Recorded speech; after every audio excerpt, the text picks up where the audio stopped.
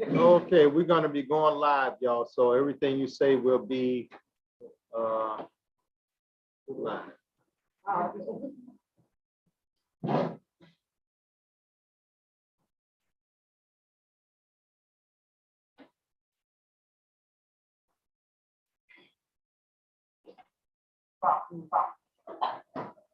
Okay, we're gonna be going live, y'all. So everything you say will be.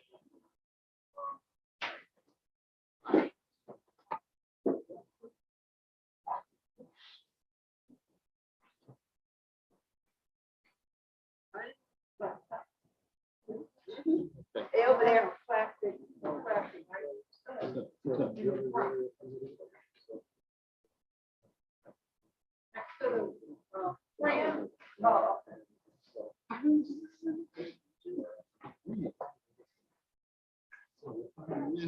You okay? So if somebody pop up like that, just double click on that big screen up there. And if somebody come up and they make a lot of noise, participant, I'm gonna mute everybody. But I'm allowed participants to unmute themselves if they have a question.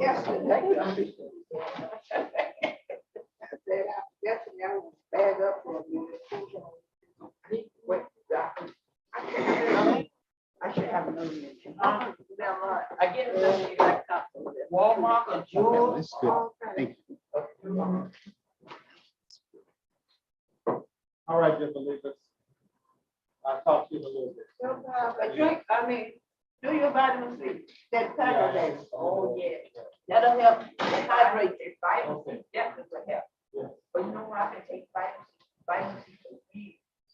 And I have to say, I really love that. Woo, man, that thing was so good. I ate so much of that salad yesterday, man.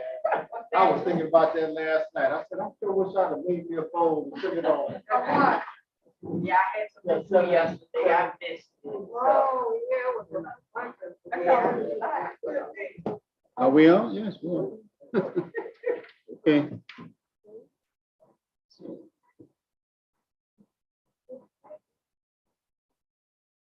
أعوذ بالله من الشيطان الرجيم بسم الله الرحمن الرحيم. I would like to formally open up with our prayer.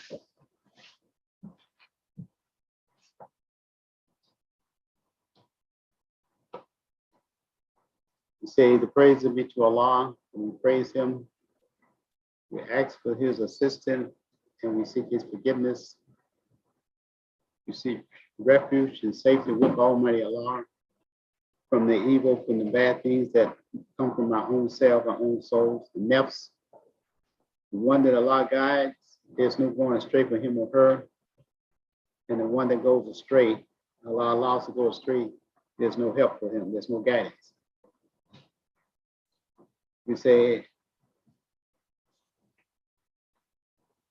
praise be to the one who is Allah, who revealed the book to his servant, and he not make any distortion. There's no crookedness in it. It's absolutely perfect. Speaking of the Quran, I praise him. There is Allah, the exalted one, and he is the high. And I thank him. And then he that deserves the praise is our praise and our gratitude. Allah and his angels, they shower the blessings on the Prophet Muhammad, peace be upon him. O you who believe, Ya ayyuhalladhina amanu, ask blessings on him, speaking about the Prophet, and salute him with the most worthy greetings. He said, Ashhadu an la ilaha illallah wahdahu la sharika lah. وأشهد أن محمدا عبده ورسوله صلى الله عليه وسلم وعلى آله وصحبه أجمعين. أما بعد. And I think we forgot the microphone. Pardon me. Yeah, he's not feeling well. I just noticed that I don't even have it. Give me a second. Moving on.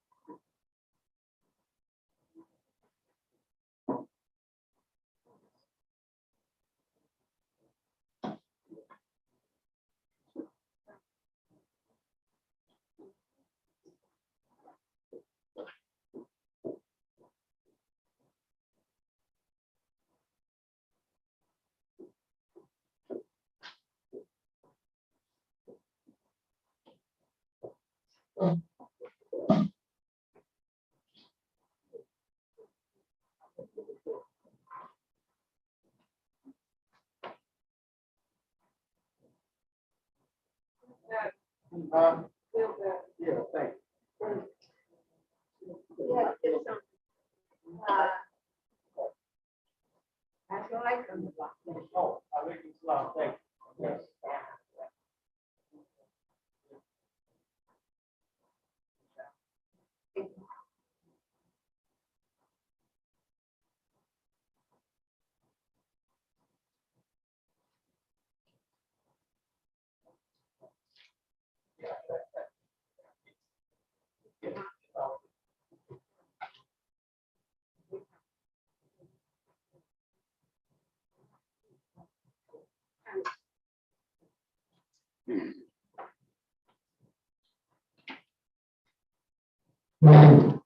Okay, now here.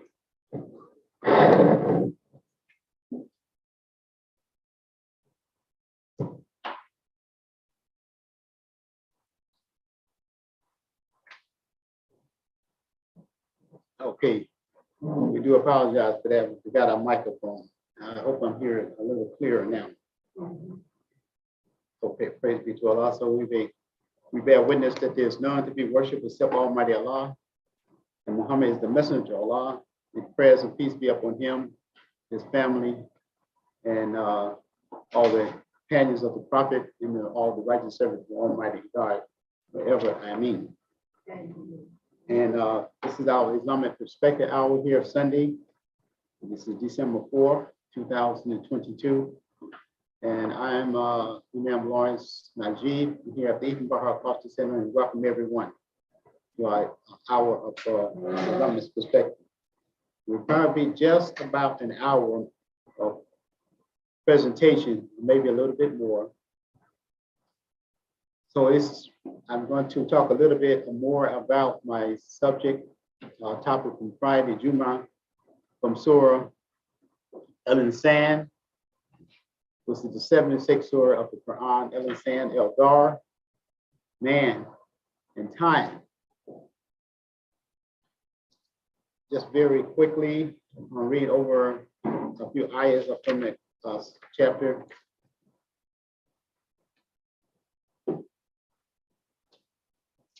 '76. Bismillahir Rahmanir Rahim. Al-Insan or El-Dar, the time. Man, the time. And Allah says here in the first few ayats, has there not been over man a long period of time when he was nothing, not even mentioned? Barely we created man from a drop of mingled sperm in order to try him. So we gave him the gifts of hearing and seeing, or sight. We showed him the way, whether he be grateful or ungrateful, rests on his will. For the rejectors, we have prepared chains, yokes, and a blazing fire. As to the righteous, they shall drink of a cup of wine mixed with kafur, a fountain where devotees of Allah do drink. making it flowing in the unsustained, probably unsustained abundance. They perform their vows, and they fear a day where evil flies far and wide. That's ayat 1 through 7 of Quran, Surah 76.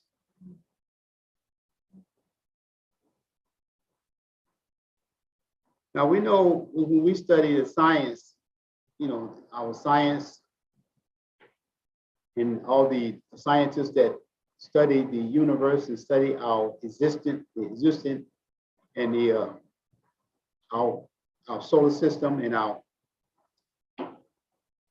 planetary system and how the earth supposedly, according to science, calculations and prediction, how it came into form, it came into, existence. Whether it came that way, we may read one way, how it came into existence another way, and how life began to form on earth by certain collisions supposedly have taken place. Whether it was that way or some other way that, we maybe study and read about. And one thing we know that our existence, compared to the existence of time and the other things that are in the creation, is very, very small. The existence of man. So God says here, has there not been a long period of time where man was nothing? He was not even mentioned. Of course, the universe come here first. God created, and it's many trillions and trillions of years old. The solar system and the planetary system and all the other stars and celestial bodies that are out there in the world. We don't know exactly when that be, time, how long they've been there. But we know they've been there for many, many, many, many hundreds and hundreds of billions of years and trillions of years. So this gives us some type of small grasp of the existence of our Creator. In the Arabic language, we say Allah, the God, or the God. And we know God is over his creation. He's over his creation. And everything that's in creation has at one time, it was not here. And then God brought it in with his will. He brought it into existence. However, whatever way he did it, it's by his will that creation come into existence. And including every living being that is on earth, including the human being and every life form that exists, whether it's on earth or in other part of the universe. It is by Allah's will that it came into existence at one time. And like Allah says here, he says, first we were without life, and then he gave us life, and then he caused us to die, speaking about the human being, but that's all life actually. But we cause the human being to die, and then again, he brings us back to life. So we see that this life that we have is a physical life. Allah brought us into this physical life, and he tells us how he brought us into this physical life. In many parts of the Quran, and other books that we may read as well. Then he would cause us to die. No one lives forever. We may live to be a day old, or a year old, or 50 years old, or 130, 40 years old, whatever Allah chooses. And then we die. And then he bring us back to it. He give us another life after that physical life is gone. There's another life that exists beyond that. And then he would say, to him we do return, to the plan of Almighty God. So everything is within the plan and scope of his within his plan and his scope, including the human being, the man. So it says here that there's been a long period of time that we were not even mentioned. And he created man from a drop of sperm. That's, we read about in the Quran that he was created from the sperm drop. Then we read another part of creation that he's created from clay. So how do we understand it? Any comments on that? None? Clay is our physical coming into existence.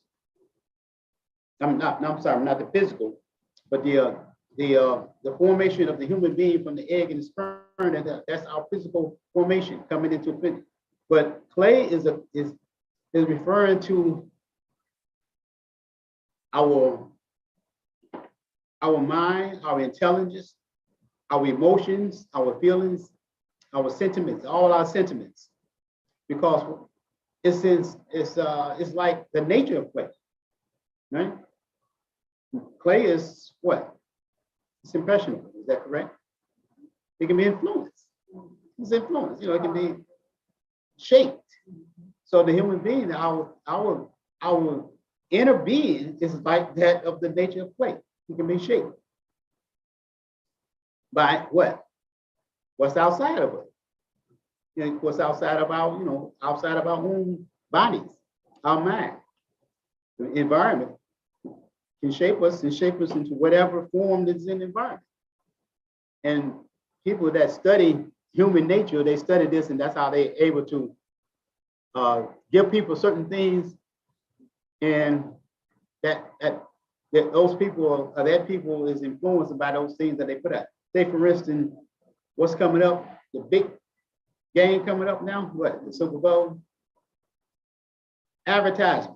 They know when they advertise, they influence people thinking in their advertising, and that sells their products. Because whether people know it or not, they're going to go and buy the products that they advertise through their influences. So they're using that nature that is like a lot of times with the Quran, they know that. They know that, that is actually influence people. And people are just like that. So they actually look forward to these things like that. These times where they can make a whole lot of millions and millions and millions of dollars off of people, just influencing them. And they put some of the things that attract them, and they don't even really know why they're some people may not even know why they're buying certain things. They just go buy them. Yeah. Yeah. Yeah, I think they have, I've heard that they have subliminal things that are the message you might see. The mind picks up the unconscious, yeah, picks it up. the unconscious message going to your brain. And they psychologically figure this all out. They already know that. Control people through those. And they pay people big money to figure that, to put those things together. They make big dollars. So, and I was listening. And then God says, now, he shows us, and then God, he does so, he gives us guidance, right? He shows, it says in Isaiah 3, it says, shows us the way, which is the guidance. Now, whether the person be grateful or ungrateful is up to him or her. It rests on their own shoulders. It rests on them. That says, rest on his will. And Allah tells us, in other parts of the Quran, that's something that actually, that itself support this. It says, our fate or our destiny is tied around our own neck, like a collar. So that's actually supports with it, that both is coming from the Quran. And it's like in our control. So that means if we give ourselves to the right understanding, the right guidance that God has given us and put us, that has given us and put us, connected us with, then we have the ability to make the right decisions in life. Now, if we want to look at the world today and look at people today and how people live, especially today, we'll see people that some people are so disconnected with that type of reality, So disconnected, especially just listening at the news today, coming here, just listening to the news on my car. And the New York mayor is talking about rounding up the homeless people that appear to be mentally unstable and taking them to the hospital for psychiatric evaluation. Well, that may help in one sense, but it might do some harm in another sense. And some people are complaining about that's violating their civil, the civil rights. And that may be because everybody's not going to go willingly to a hospital because they think they are mentally unstable.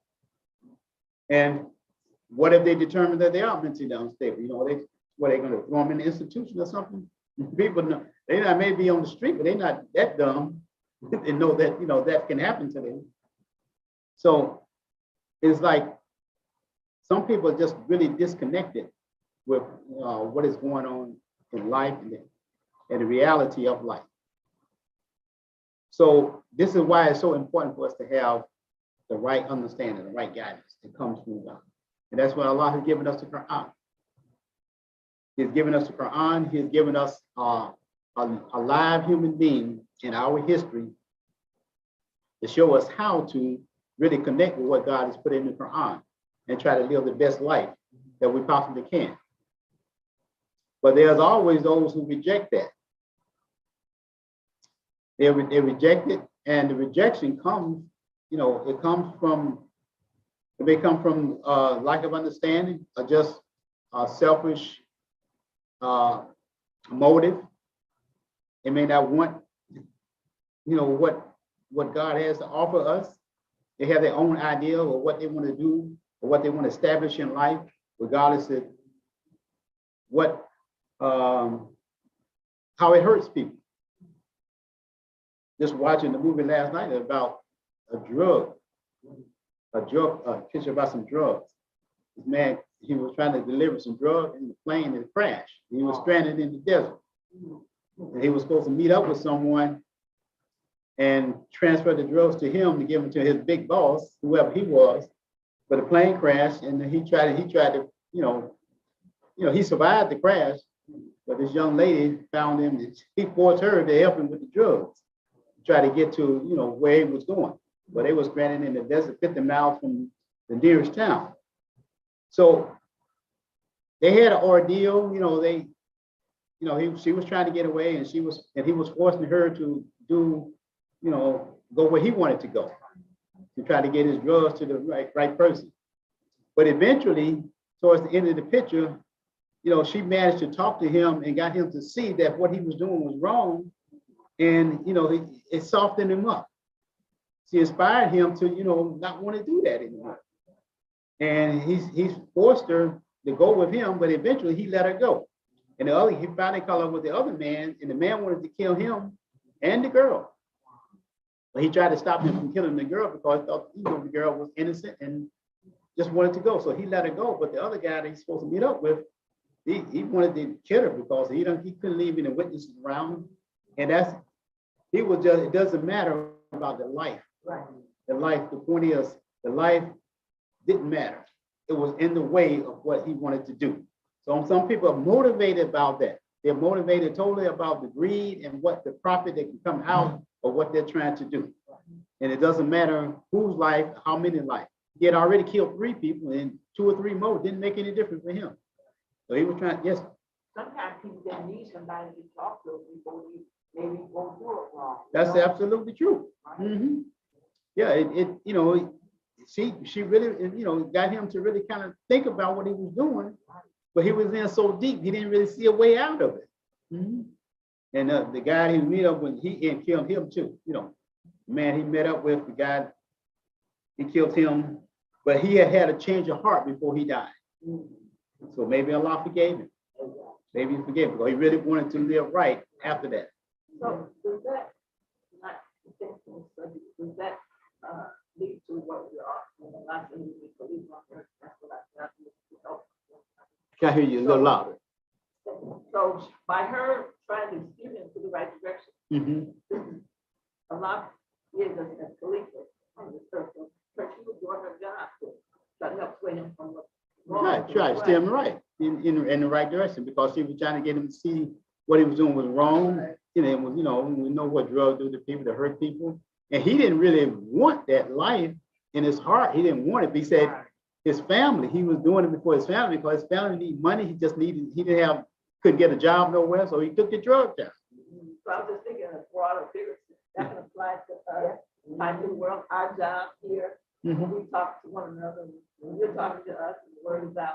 That's our job, to show a better way. Show a better way. And that's why God has blessed us to be in a position where we are and doing what we're doing, and to inspire other people to try to, there is a better life. Right. But you have to be willing to sacrifice that life that you have.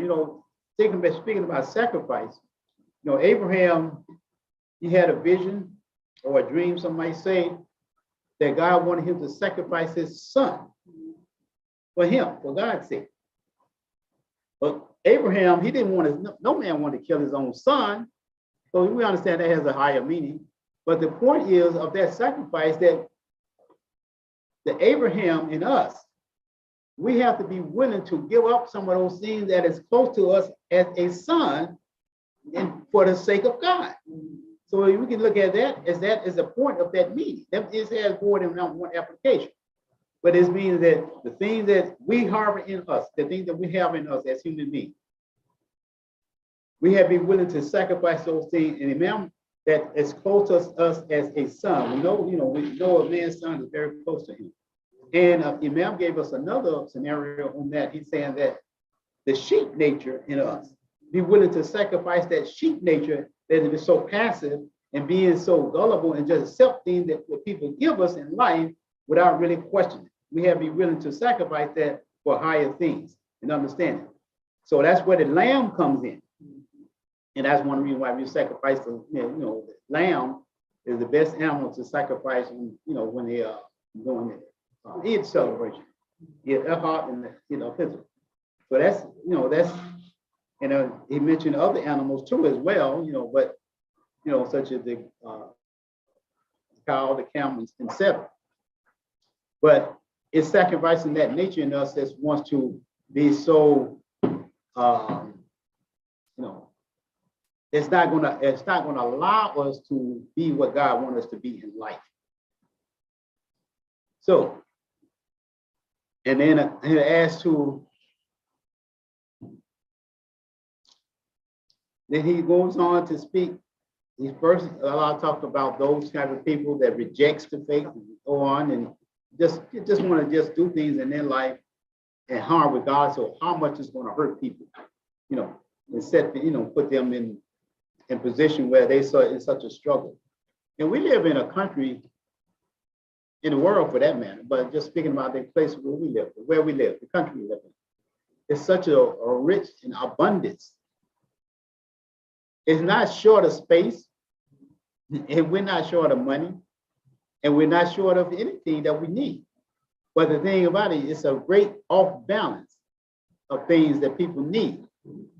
And this is not, it may be done, I'm sure it is, it's done for control for people, but a lot of it's done because of the lack of knowledge, the lack of understanding. Things that the laws have been passed in place. And just looking at another thing, listening to the radio, they was talking about the way certain laws were written in a certain state. I think in Carolina, one of the Carolinas, North or South, and it wasn't really clear. And now there's, 200 years later, there's debate about what it really meant, the state laws in that particular state. And the person that wrote it, put it together, they wasn't really that skilled and didn't really care that much about it. They just were trying to get a job done. And now it's a lot of questions about how it was put together and how it affects people. And we're in an uproar now about laws, about human life. And most of those laws are written to us. Right. It's true, exactly. It was, the African American slave people was not included. Was not meant. It was meant for the free people, and most of the free people of the Caucasian descent. Arkansas, Caucasian. There were some slaves who were free. There were some slaves. Yeah, there was. Mm-hmm.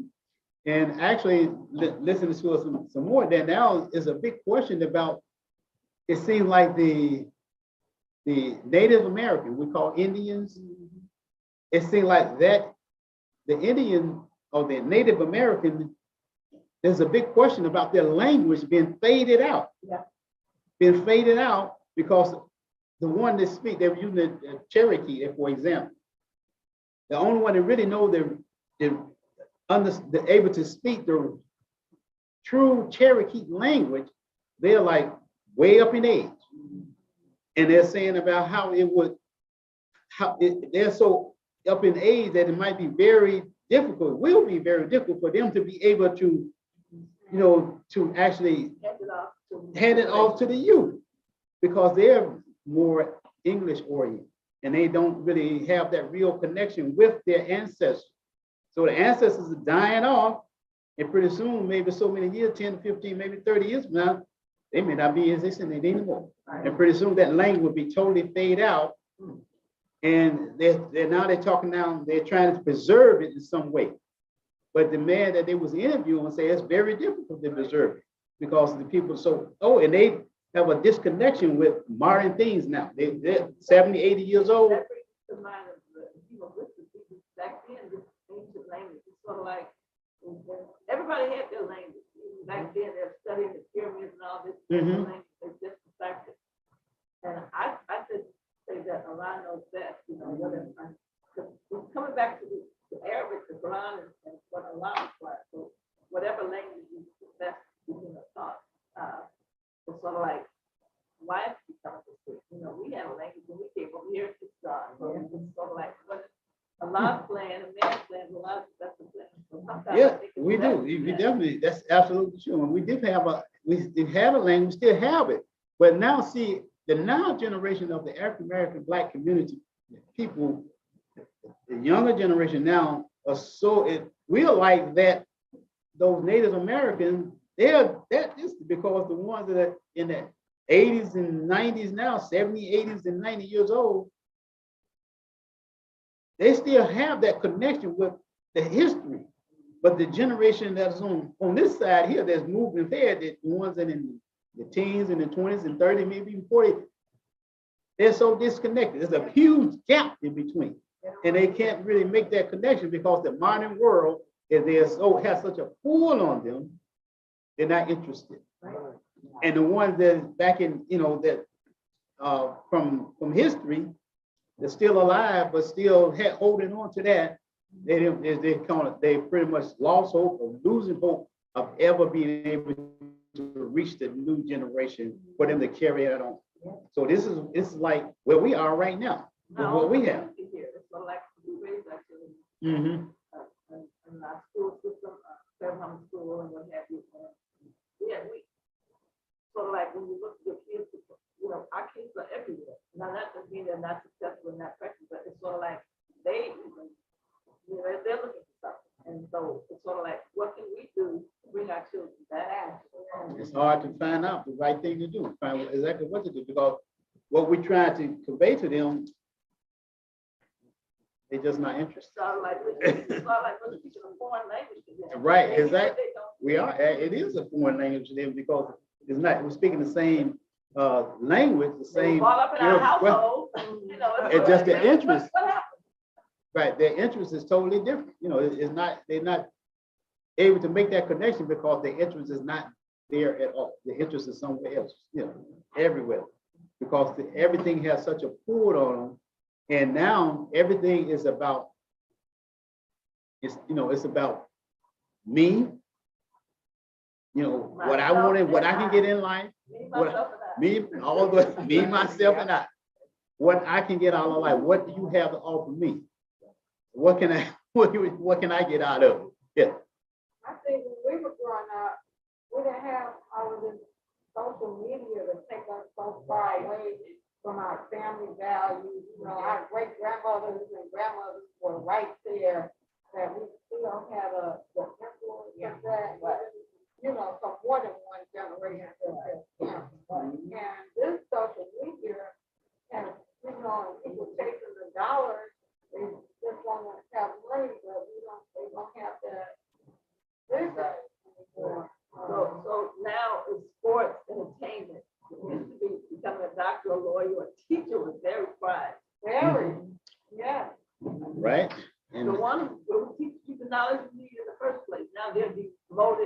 overrated. Yeah. It's Underpaid, everything. It almost feels Understaffed. like everything is going against the educational system. Yeah.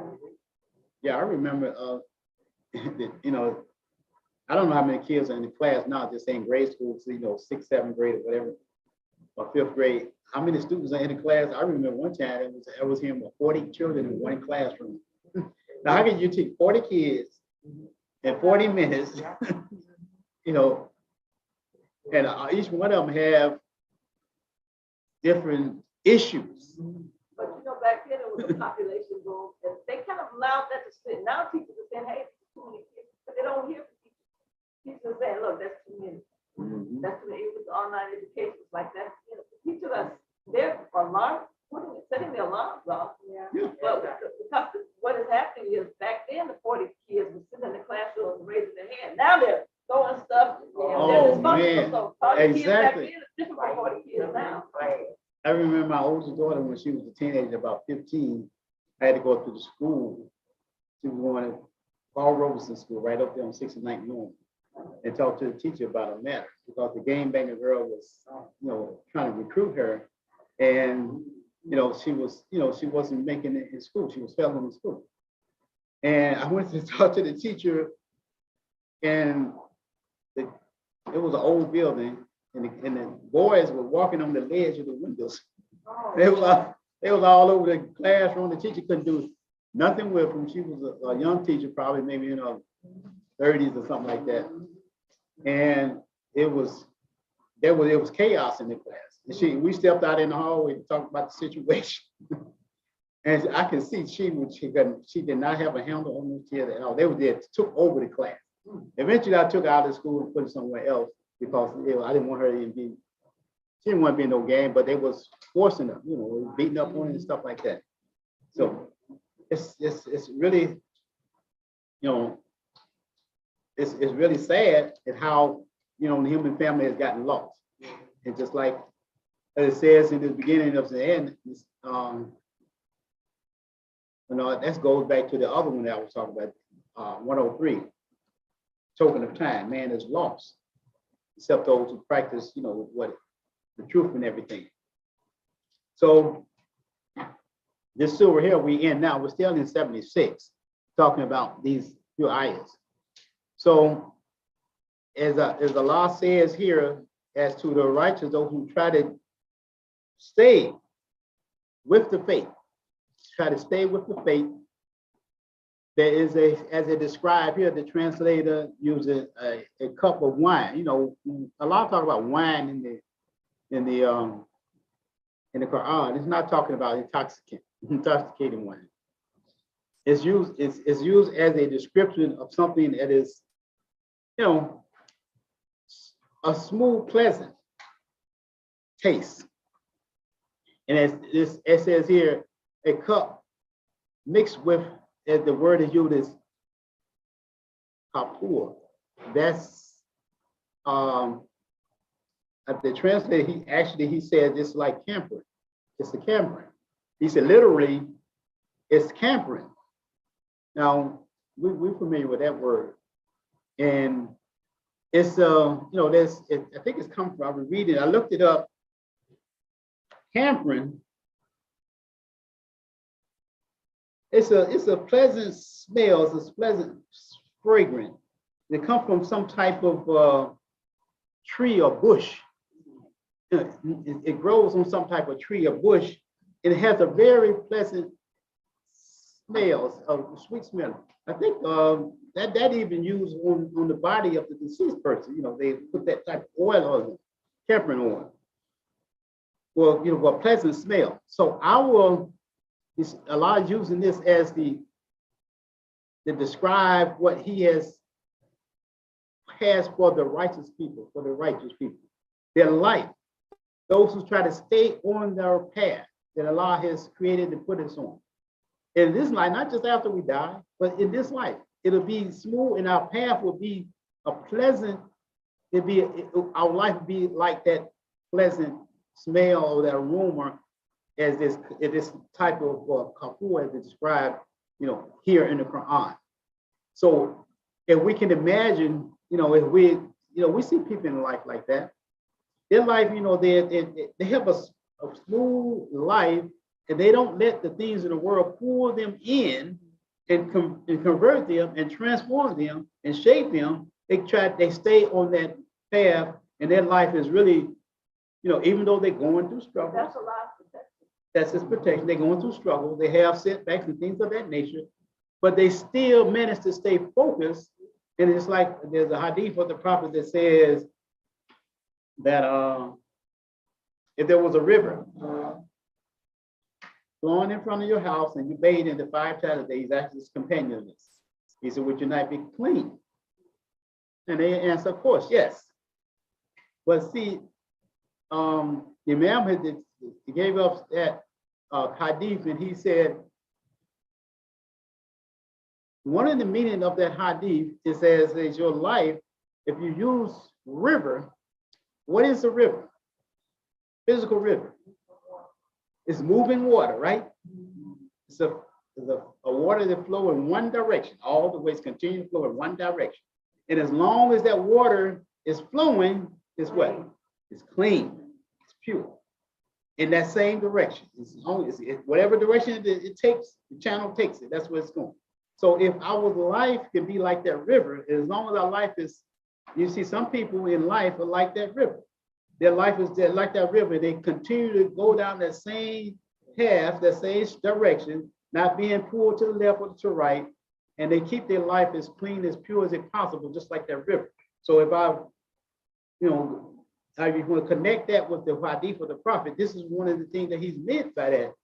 If we watch it 5 times a day. Of course, we know everybody bathes in it. Some people can bathe in it 20 times a day. We're talking about the physical life, they still might be dirty.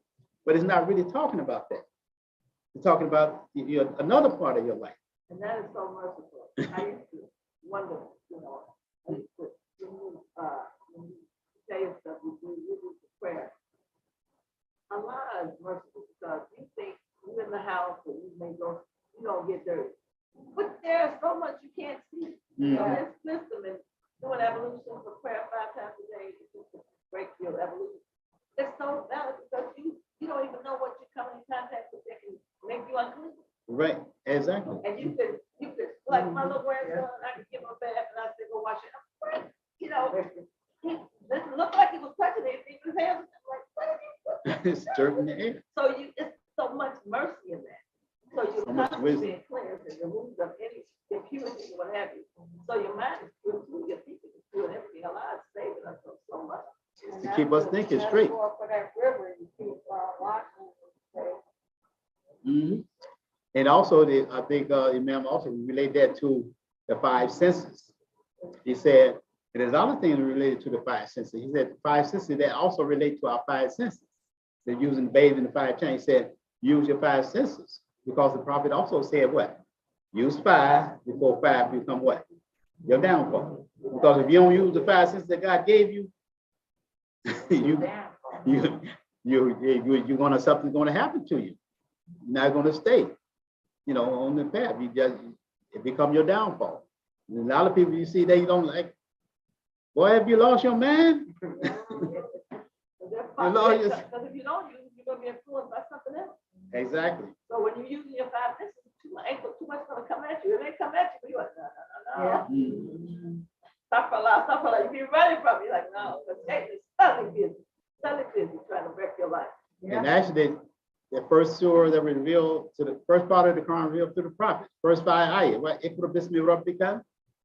Those first 5 ayahs. The Imam said also, he said, that's also related to our 5 senses. So when Allah revealed those ayahs to the prophet, he's telling him, he was searching for answers that was going on, all the stuff going on around. All the ugly stuff was going on in his time. So he wanted the answer to them. So Allah was telling him, to use your 5 senses that I have given you. Because he was already using them, but he was showing him how to connect his 5 senses with what was the problem with the situation that was going on. And the answer is in your creation. The answer is in creation. The creation is his creation first. Answer within him. So Allah was telling him to look within that's why he revealed the Quran in his heart. because all the answers to the problem came right out of him. Allah deposited that in his heart. So the answer to all the problems, the situation that was going on in Mecca and the world, as far as that matter, came out. He was the answer. The answer was him. So all everything. Like you said, like you studying life, you see that.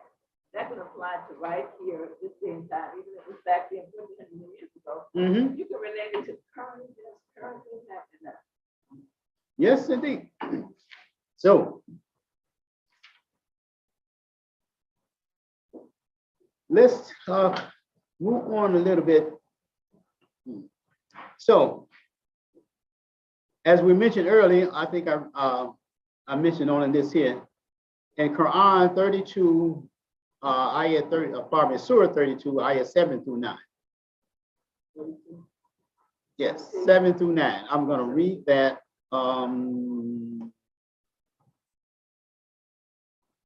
Yeah, I talked about it earlier.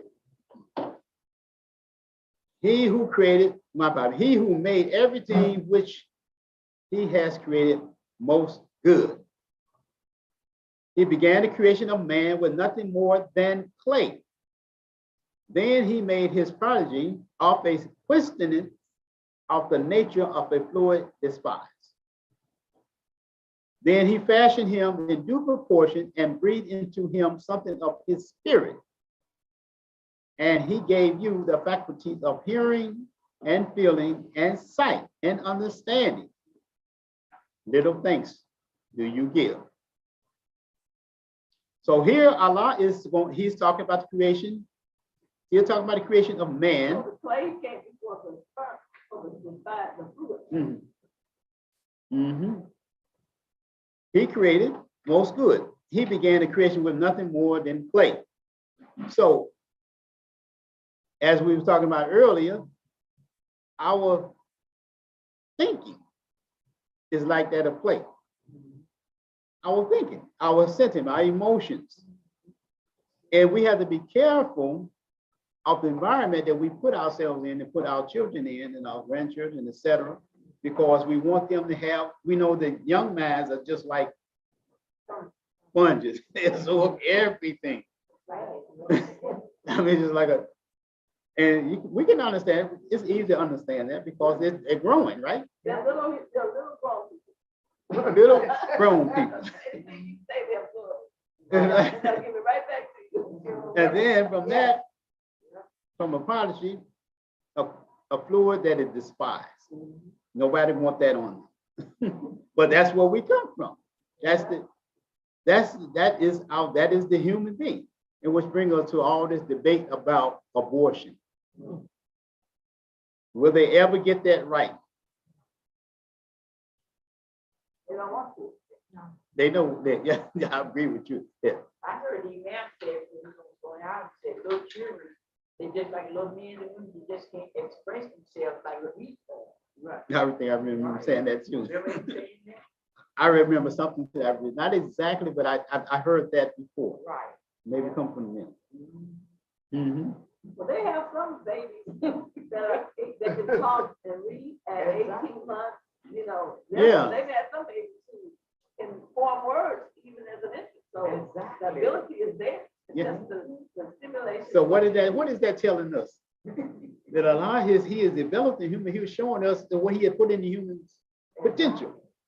Right. Now, 50 years from now, that may be on a large scale.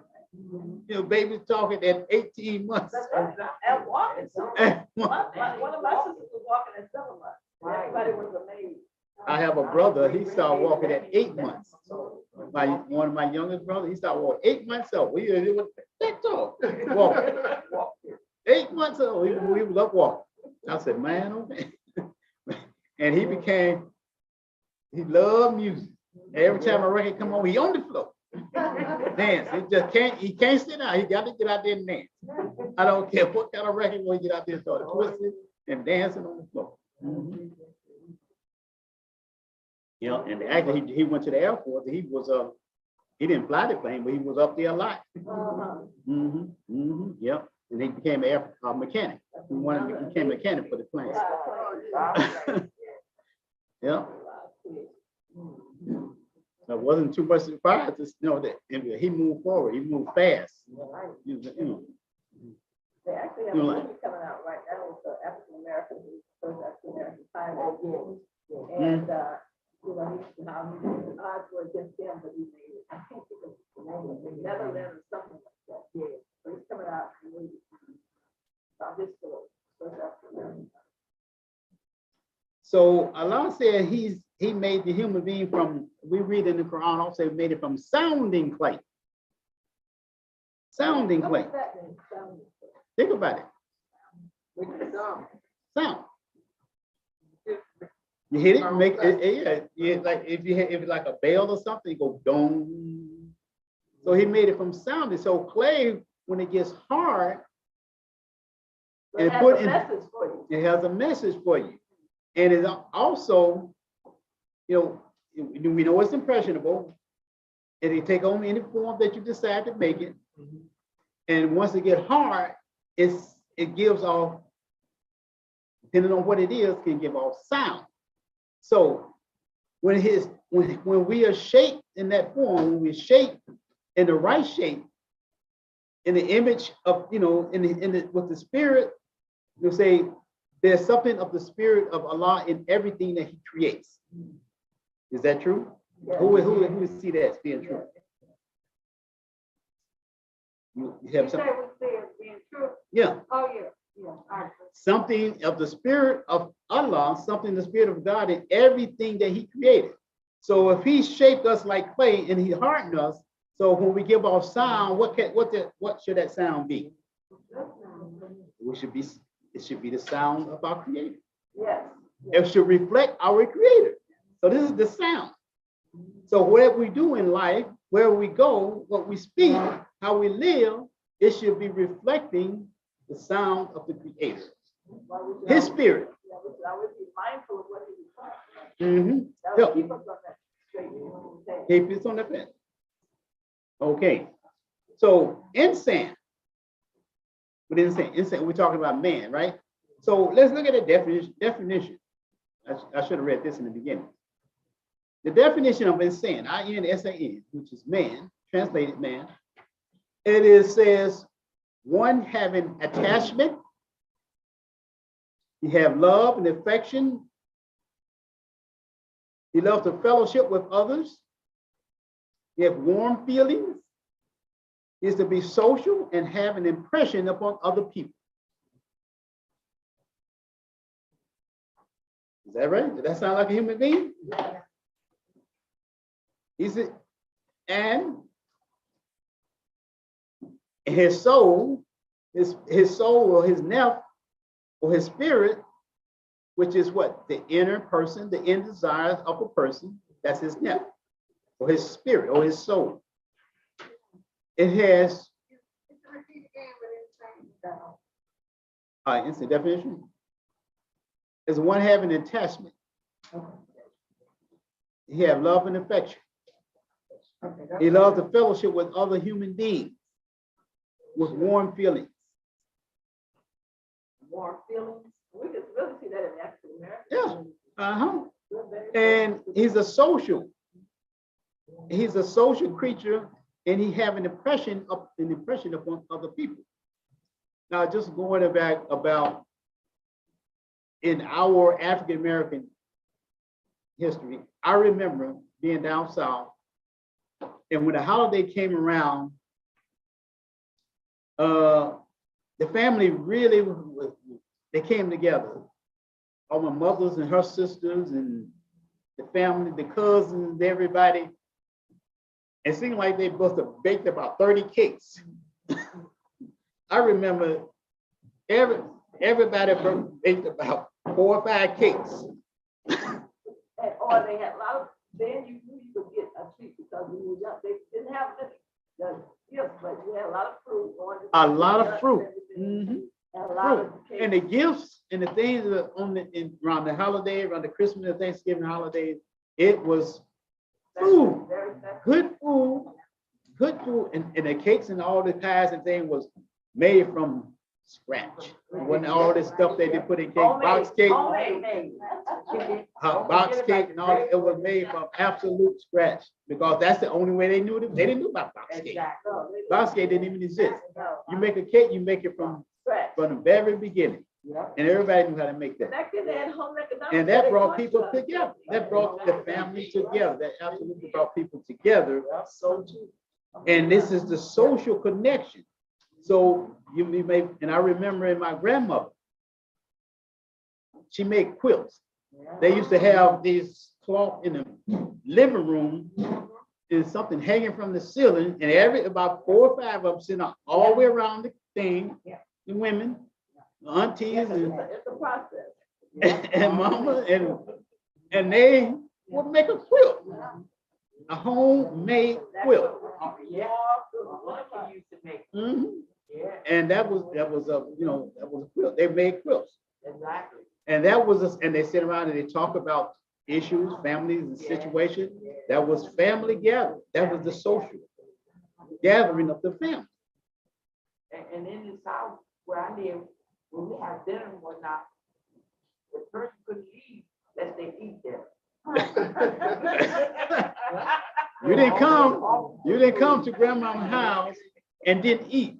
That was almost an insult. Yes, it was. It was an insult. You didn't. They fed everybody. They fed every. Hospitality was so warm. Yes. They fed everybody. It doesn't matter. And the wonder of this. It was just you just automatic expected to eat. No, exactly. What they had, they shared. Mhm. Exactly. Yeah. I remember I was a little girl on my grandmother's farm, and it was just every summer I would spend with her. Mhm. We just saw that our culture in this broadest form where anything happened to anybody, they would holler across the field, yoo-hoo, and they would say somebody was died or this birthday or that. And that's how they get the wind carries the voice. Yeah, that's true. It went in. Send the message. You can hear it. I remember things like That's how they that. communicate. But now things are totally different now. It's just a brand new world. So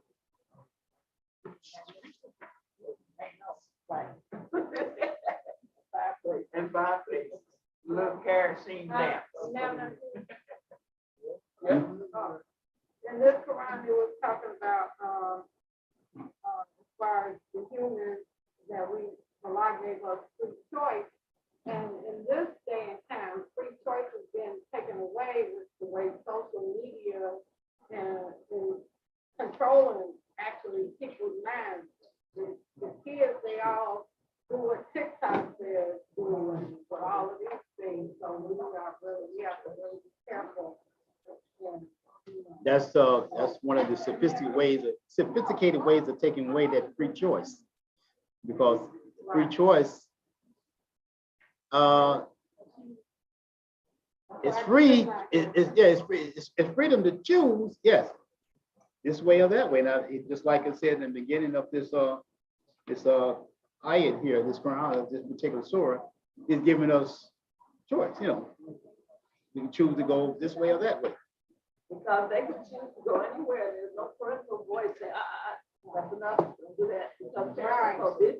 But I was reading where TikTok is influenced by China and that they're wanting Americans to not use TikTok because they can also tamper with your personal data information and anything we put on, anything is the way the program is written. They can also tap into your own personal identity and bank account and all this stuff. It's scary. It's so. I don't even use They're it. addicted to it. Yeah. A lot of it's addiction.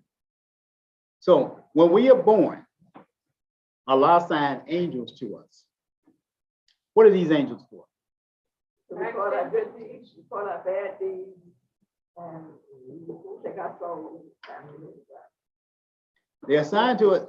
Actually, they're actually assigned to do that. Yes, but they're for our protection. Protect the right. That is protection, yes. For our protection. Record things down. Everything.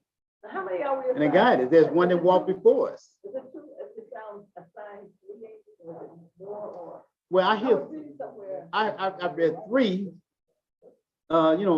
three angels. I forgot exactly what the function of it is. And one is our life is to write down everything that we do, whether we're happy or sad, whether you're gonna be successful in life or whatever.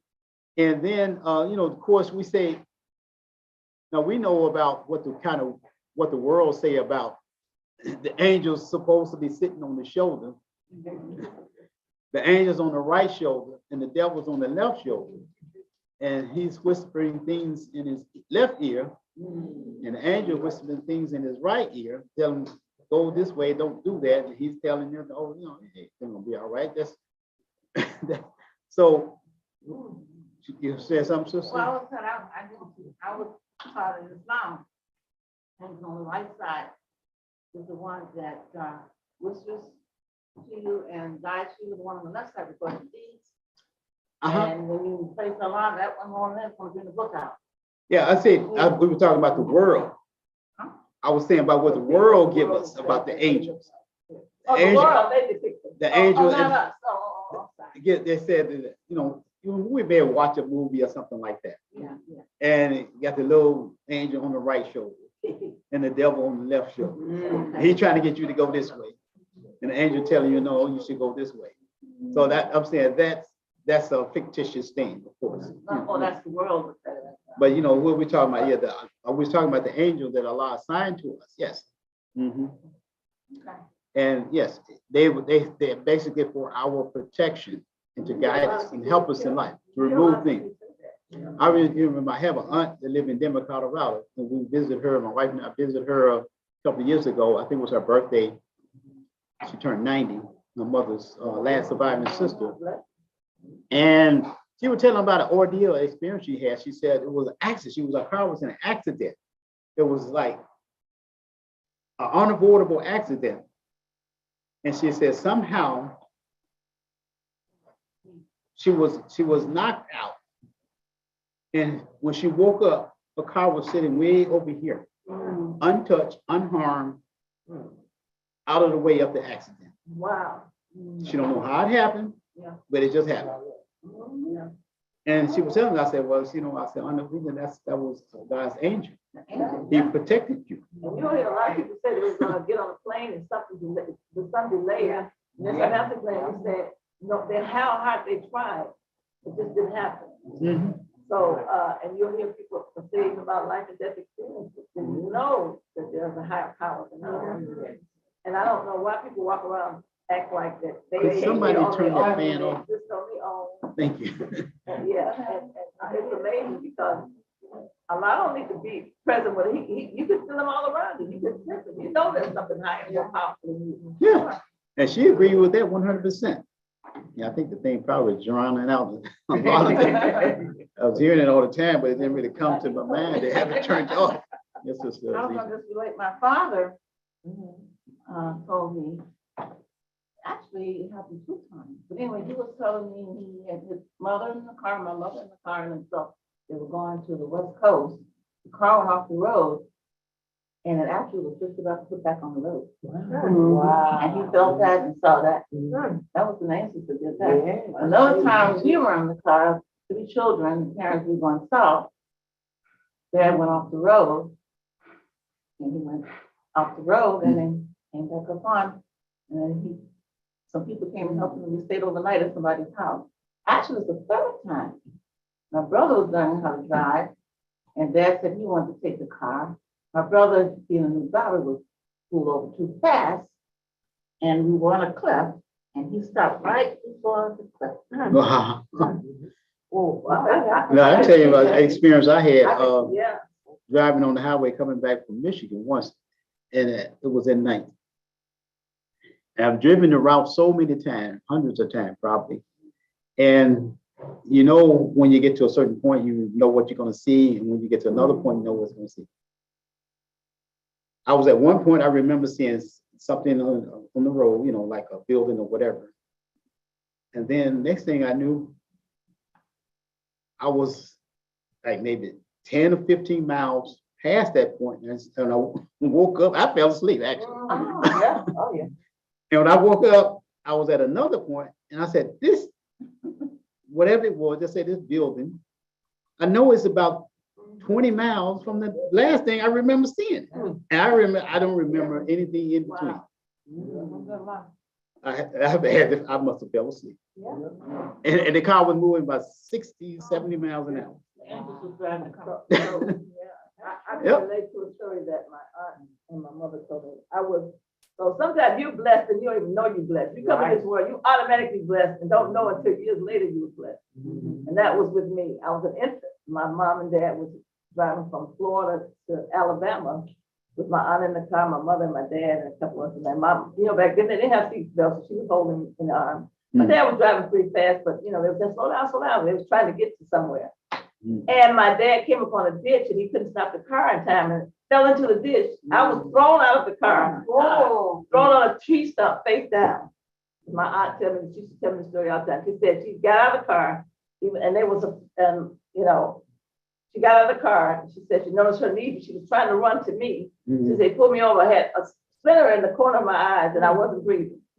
She said she called on God. Oh God, and she said she put me up in the air. She just prayed and she tried to take a pin out. She tried to do my first thing. She said, all of a sudden, I started breathing. So they told me that story so many times, and they rushed me to the hospital. Back then, okay, hospitals are precious. The only reason that saved me, my dad is black. He looked like a white man because he got long hair, and you think he's white, but he's black. Most of us have that, Right. Yes, because of our heritage and what happened. So he went in and they thought he was white with me, and they immediately saw him. So they was working on me, and they took us. They was telling him all of it. And then when my mother finally came in, they said, "Oh, you sit over there." They thought she was the nanny. My dad said, "No, that's my wife." He said, "Oh no, get them out of here. Y'all go to the color." So it's amazing how Allah allowed them to treat me before my mother got in there. Imagine I made, so it's just a mercy from Allah. And they just tell me that, and so it's drilled in my head, but I don't remember. 2 months old, I don't know. But that's the mercy of Allah. And every time I think about that, I'm humbled to tears almost. That's like, I wouldn't have ever been here if it wasn't for the mercy of Allah. That's right. Now I wear glasses. I wear glasses because of that, but I'm thankful to be able to wear glasses. Right. Oh, yeah. So you never know, you're blessed in so many ways. Before you come to this world, you're blessed. A lot of thought that your destiny is written.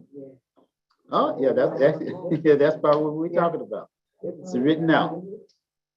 We started off talking like that, yeah. There's a hadith of the Prophet, peace be upon him, when Allah showed Jibril his creation. He showed him his whole entire creation. He could go take a look at it. He invited him to go take a look at his creation.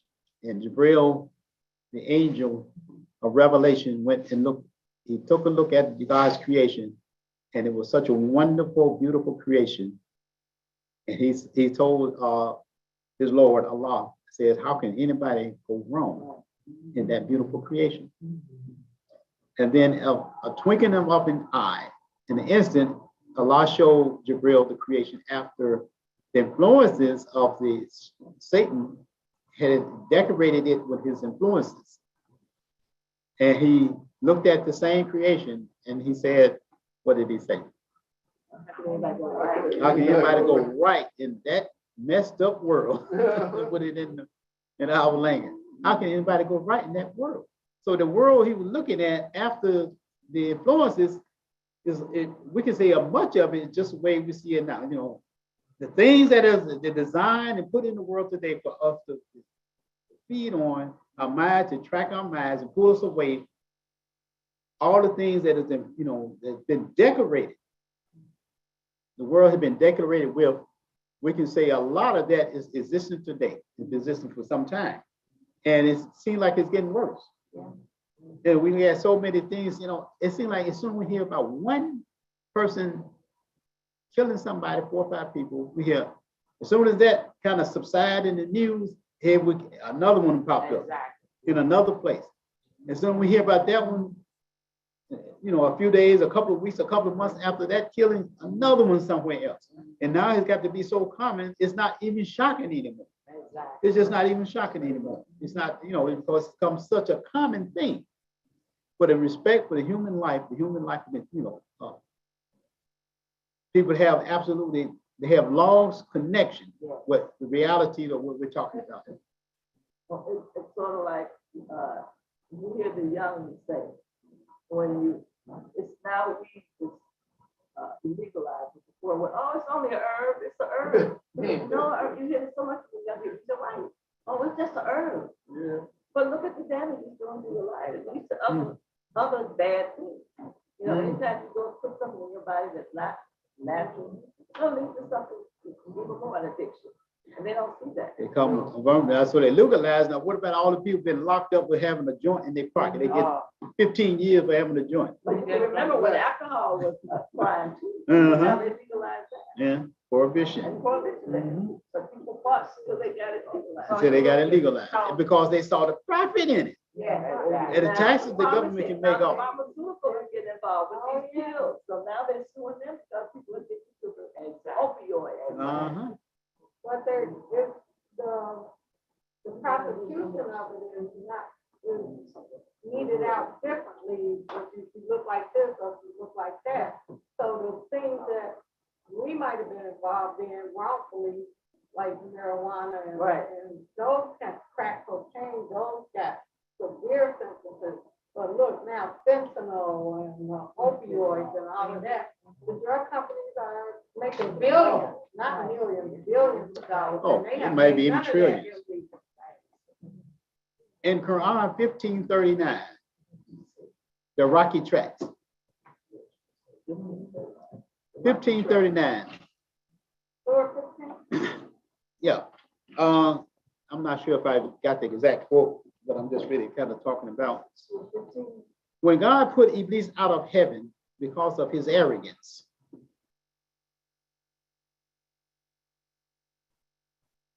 Allah said, "Oh Iblis," Iblis said, "Oh my Lord, because you have put me in the wrong, I will make wrong fair seeming to them on earth, and I will put all of them in the wrong." This is now. I remember Imam saying about the Iblis go back to Surah 2, when Allah announced to the angel. Remember, we read, and Iblis was among the angels, right? He was among the angels, but we know he's not an angel. But when Allah announced to his creation that he was creating a Khalifa and put him in the earth, he was creating a Khalifa out of the earth, which is the human family, the human being. That's when the Iblis began to show his ugly side, his head, and that's when the shaitan, the Satan, is began to manifest himself out of that arrogance. We're talking about the human being. We're not talking about something outside of the human. We're talking about the human being. So that part of us, that that jinn spirit, a part of it became manifest, and it took over, and it manifests itself in arrogance. So we have to be real careful about our own nature, our own human nature, and not allow that to manifest, because we have been given in the Quran how that happened. And with the understanding that Imam Muhammad has given us, and when he said here, he said, because they said, "Oh my Lord, because you have put me in the wrong, I would make fair seeming to all of them, except those, we're going to say about those devotees." Even then, you couldn't accept responsibility. You wanted to blame it on Allah. He wanted to blame on Allah. Now, we have some people, that actually think like that, because they have become so powerful in their, establishment. And there's just, they actually have taken on this type of spirit, this type of thinking, that they think they are actually bigger than God. They think God has made a mistake. The very rich, the very poor, Allah bless them with all this wealth. So long, they stayed in power so long. And they think then they think that they got. there are some that no, most of them are like that, but there are very few that are still humble. They're humble. Very few of them. They are humble. They appreciate what God has blessed them with. That's true. But we're talking about the one who actually, that Jinn spirit has pretty just managed their life and taken over their life. And when God said he created the man to be the Khalifa, and he put him over the creation, he ordered everything in creation, all the angels described, to bow to him, including Iblis. But he didn't think he was, he thought God made a mistake. He thought because of his knowledge, his arrogance, he was arrogant, he thought with his knowledge, his way of thinking, what God has given him, and put him, he's the, I'm looking for a word.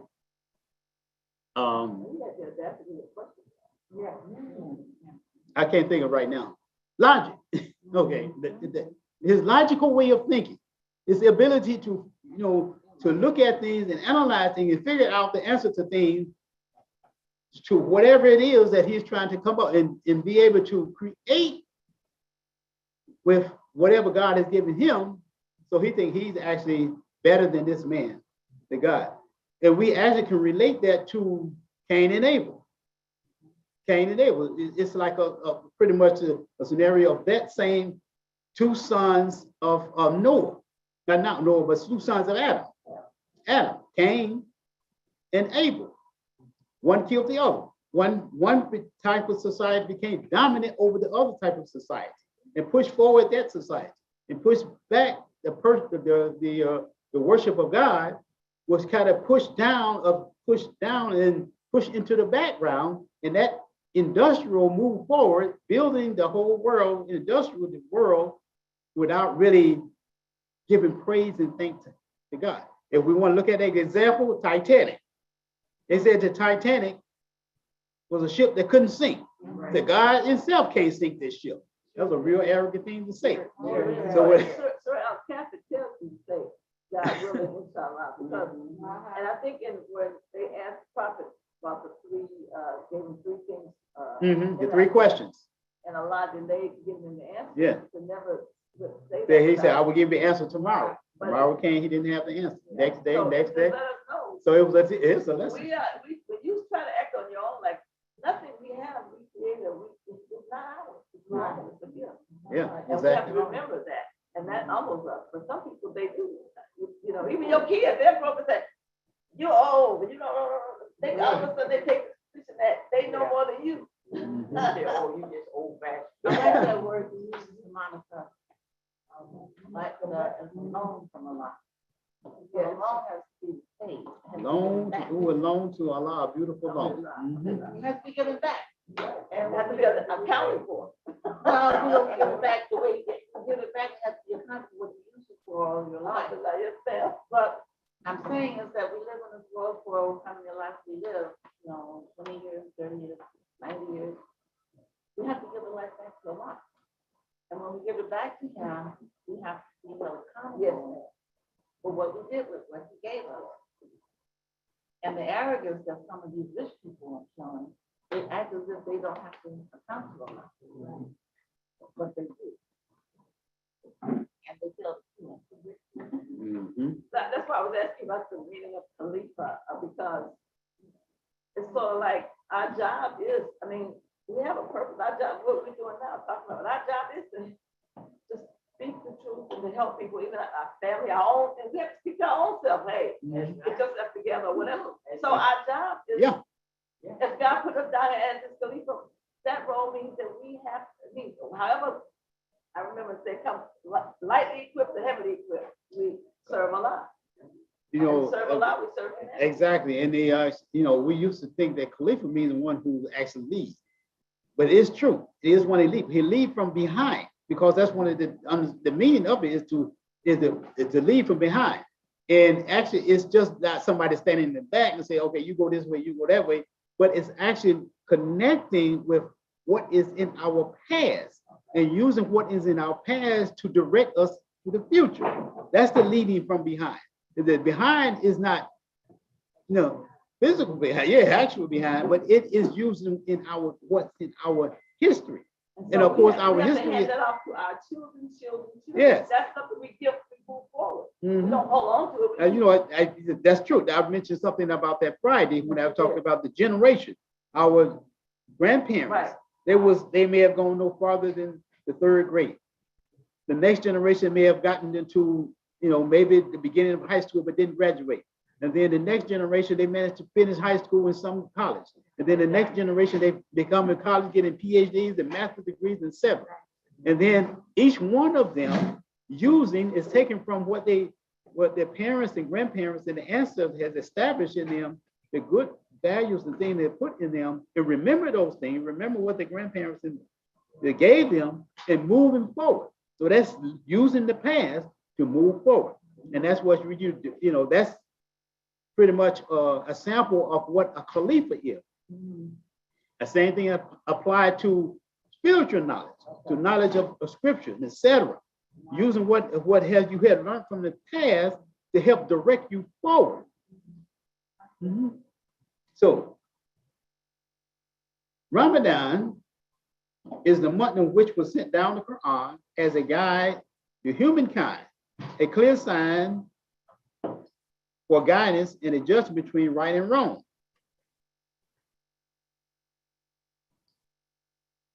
Is that true?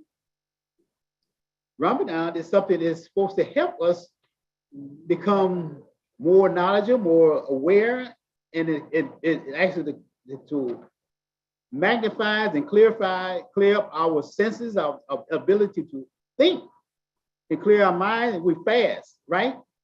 So fasting does what? It helps purify. It helps clears you up. It clears up your physical body. It also clears your mind. Thinking, because if we eat beef every day and 3 times a day, You're always down. all you're gonna want to do is. So we're supposed to restrain from those things. You know, not so much. Well, that meat weighs you down. Some people become, you know, vegans or vegetarian. That's fine, all fine and good. But so, in other words, when we fast, it's a spiritual uplift. Uplift ourselves spiritually, and enabled us to be, you know, more conscious. Y'all remember when we all remember that when we first started the fast, we feel our senses seem like we're more aware, awake, sharper in our thinking. That's what the fasting does. But you know, now I think it seems like when we have our iftar, we eat more during the iftar than something went wrong. Well, something wrong with that.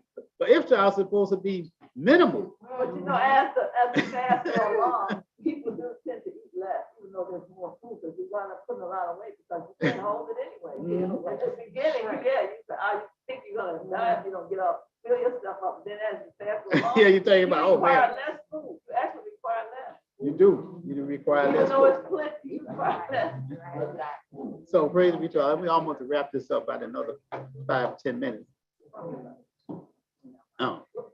So another meaning is burning. Ramadan is to purify by burning. That's where actually come from when we do look up the word Ramadan. It's, you know, they used to wrap the animals' feet when they crossed in the desert because the sand was so hot. It would actually burn the animals' feet, the camel or whatever they was riding. So they wrapped the feet up so it wouldn't get so hot because they come from that burning. It means to purify. So over the years that we fast, over the years after we become, you know, used to fasting, it's pure. Each purification we get, you know, more and more purified in the grace of Almighty Allah over the years and over the decades, and it becomes easier and easier to fast. You know, we look forward to going into the fast and coming out of the fast. Yeah, we do. We're supposed to. Isn't fasting two sides to fasting? There's the physical side, spiritual side. So we're supposed to, each time we do the Quran, we're supposed to grow and get closer. Allah reveals more to us, the more we scout for it. So each year we get higher. You know, a lot of people think fasting is just, Ramadan is just about not eating. Right. And some of them say, oh, I can never do that. I was to work with people say, how can you do that? I can eat. It's because they think of the one side. But fasting is two sides. And it is meant to bring us closer to Allah, because during the month of Ramadan, that's where our mind is on.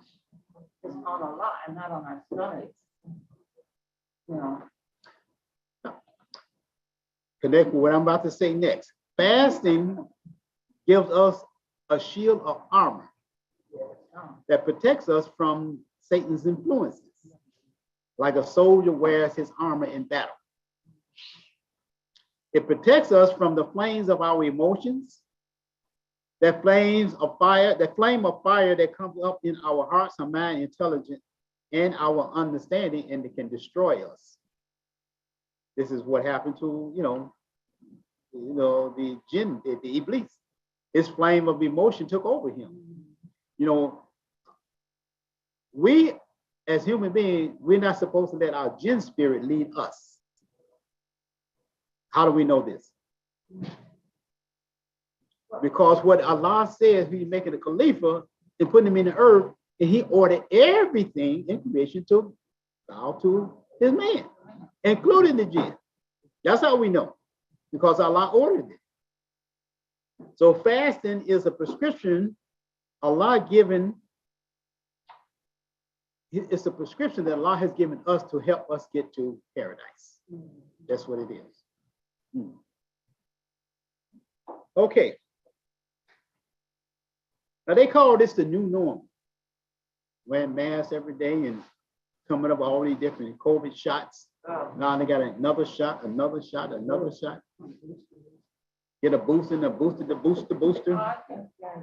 And now it's when it's going to end. I went to the doctor this week. I already had I said I wasn't going to do any of them, but I did take the 2 shots. I was with the doctor. Last time I saw her in June, she asked me, did you take your booster? And I take my booster. I saw her last Monday. Did you take your booster? I said, no, I'm not taking it. Please, take the booster.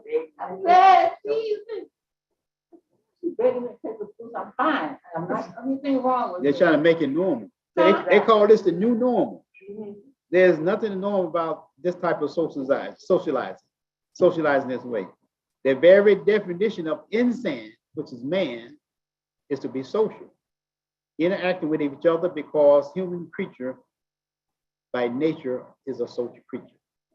It's about our nature to be socialized with each other, in a normal way. So it's something, what is the aim at all of this? Everything that is in our environment, our society today. They have a purpose, because the schemers, they have something that they have tried to push forward. Of course, they're not telling people. They don't want people to know until they get it so far into us, into our system, our way of life, and they get to a point where, everybody's used to it. Just like they're pushing all the homosexuality and the laws and things like that. Now, it's almost like it come almost like a normal thing. Now, when you hear about a new law or a new group is popping up and pushing their agenda forward, so it has got us really in our minds and our thinking is getting people used to it over the years and over the decade. It started a long time ago, 50 years ago, whatever, when they said, is God dead? Is He dead? So when you throw that out there in people's mind, it kind of sink in. Then they come up with something. Oh God, you devil, or whatever. Right. And then they start making moves and things of that nature, putting man as God and saying, He giving him manpower, he can take out God and all that stuff. They gradually filtering all that stuff into the society and people's thinking. Now they get to a point now where they can just pretty much just do whatever they want with people, the human being, the human nature. Because they have removed a lot out of the human being, out of his thinking, how his psychic, his mind, his heart, that the Creator have a respect or reverence for the Creator.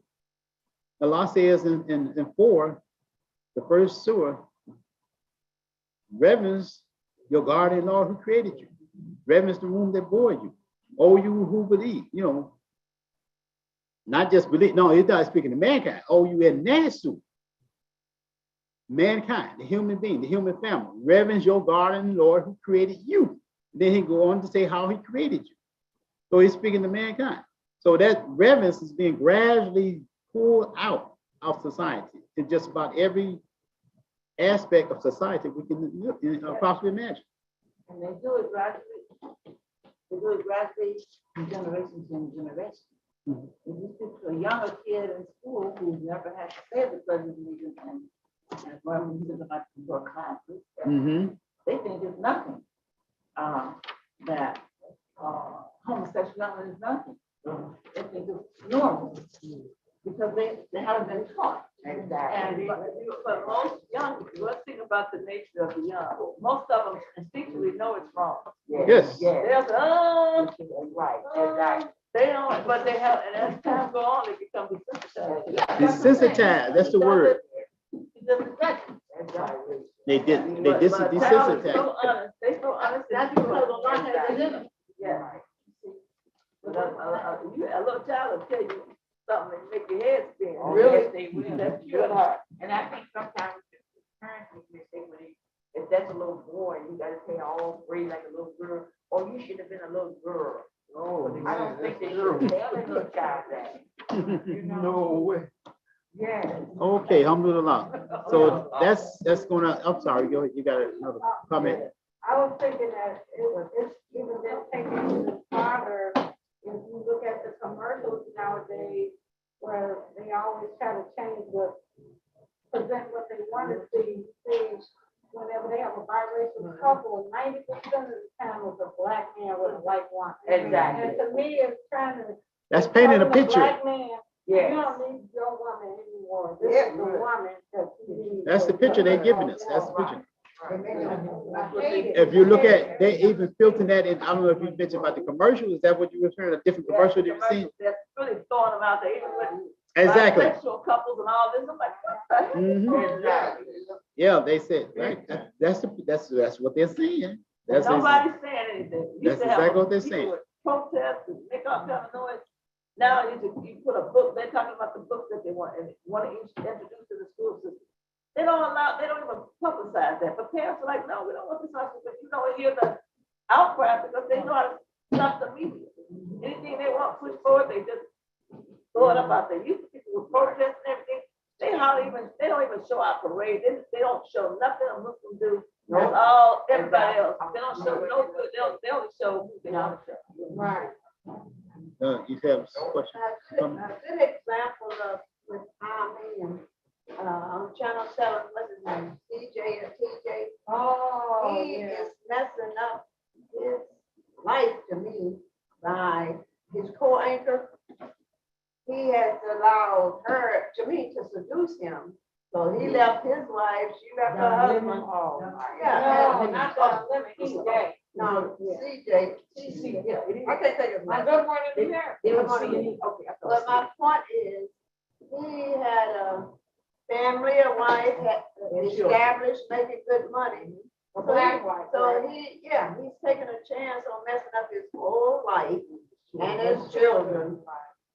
Well, I can't say what I'm thinking. You know, just being seduced by society, that's what they do. But they allow themselves to be seduced. Well, that's my point. I was so upset with him. How could you? Yeah. Anyway, that's a point that's happening to, it turns out black men in life now. Yeah. They Well, just it's like, like all of the past and the future, all of them fall victim so sad. to power, women, power, money, all those vices that pull them down. Right. True. Mhm. Really, That's it. I'd like to say something to go back to, sisters was talking about homosexuality and how that is promoted. All of us almost, not all of us, but, most sports people know about Dwayne Wade. He has a son, and his son right now, he's probably about 11 now. But before, when he was like 9, they were allowing him. He was contemplating on letting him have a sex change. This boy's 9. He's probably 11 now. Him and Gabrielle Union, you know, not their son, but the son that Dwayne Wade had prior. You know, the one was the famous basketball, the other basketball star, his son. What's his name? Magic Johnson, yeah, right. Money. Free money. And then because when you got that money, you way up there anyway. So the majority of things you do is successful, especially. It just shows you how what we're saying, how we can be influenced. So that lets us know Al-Islam has to reach them too. Yeah. Allah's word has to reach them too. Prophet Muhammad came for the whole world, not just Muslims. So we know this message has to go out to all, to everybody. I'm gonna read that. Our closing out. I'm gonna read 103 for closing out. Surah 103. Can I say one thing before you do that? Yeah. The religious scientists and scholars say we are in the Jezebel age. Yeah. Yeah, well, that's true. There's a lot of Solomon, Gomorrah, etc. Bismillahir Rahmanir Rahim. Wal As. Inna insana lafi khusr. Illa ladina amanu wa amis soliha wa tawasaw bil haqq wa tawasaw bis sabr. Of Allah's name, the merciful benefactor, merciful redeemer, by the token of time through the ages. Verily man is lost, except such as have faith and do righteous deeds and join together in mutual teaching of truth and of patience and constancy. So if we don't practice all these things that Allah says, have faith, have trust, and doing what we know is right, and inspiring others to do what we know that is right, and teaching is what we're doing now, but just not here, but taking it abroad. And truth, which is the Quran. And actually, if we know how, we can go into the Bible and find that same truth. It's not that it's not there. We have been given by our leading man Muhammad to how to recognize and, go into the Bible and, maybe on some small scale, the things that are said in the Bible and find that, in the Quran and make those connections and use what Bible says. And so Quran may support what it says. But we have to know how to make those connections and use those connections to people because they may not understand Quran, but they may understand what's in the Bible. So we got to know how to use the skills that Allah has blessed us to really give that to them in that way. And in that mutual teaching of that truth and have patience with them and ourselves and also being constant in what we do. Patience is so important. Mhm. I can say that happens probably in all our lives, but we have families that are not Muslim. So praise be to Allah. We know we have to do within our own family. It starts at home, so we know with our own family and then with our friends and abroad and then the world. So, and Allah is merciful because I'm 69, so I didn't get here overnight. Mhm. I got it long trials and tribulations, so I'm thankful for the little bit of knowledge that I know. Not much, just a little tiny bit, and I'm thankful that I was shy to talk, but as you age and you grow wisdom, you understand the magnitude, the beauty of Allah. Because He put us here for a purpose and a plan and a reason. We wouldn't be sitting at this table if it wasn't for Allah. So I am grateful every day. Even with the parade, I was so glad for that check. I go around. But just the mercy of Allah. And so we have to be patient with one another and care. We have to show that we love and care one another. We're wholehearted. So and sometimes you see that everywhere. Most people are just encouraged, they're sad, they got problems and this and that. Allah brings us life, truth. And so we have to always remember to speak the word of Allah. That's what Prophet Muhammad said. And people will see, they'll know. We're gonna make mistakes. I make plenty of them. I get on my knees to be praying all the time. But I'm thankful to be here. I'm thankful. And we have to remember that our lives will shine. Yes. Our lives will Okay, in this plan. I'm commenting on Sister Monica tonight, Mhm. and she said she used to be shy. You all would believe I was shy. Yes, I was. But the more you live this position, because I was in this as long as I was age 5, and I grew into it. I'm like Muhammad, and I'm and all the time that I was there, I read the Quran. I didn't really realize all of a sudden what the Quran was after in college. And when I used to read it every Sunday, but it didn't hit me when I was in college. I was reading the Ramadan, and the words seemed to come pouring into my head fast. Mhm. So what I'm saying is, as you go into this religion, you can't be silent. It comes out when you're talking. It just automatically comes out. Allah brings it out. So you may have been shy, but as you go into religion, you're no longer shy. It comes out. Okay, alhamdulillah. Yes, anybody else before we close out? Testimony time. Okay, well, we're gonna end our session. We like to thank everyone for being here and all the audience in the on the Zoom as well as the YouTube. May Allah reward and bless each and every one of us for attendance. There will be a class. We're going to continue our study class on Prophet Muhammad next Saturday. Yeah, we're going to pick it back up. It's been about 3 or 4 weeks, haven't it? 2 weeks too. Yeah, it's been longer than that. Oh, this too.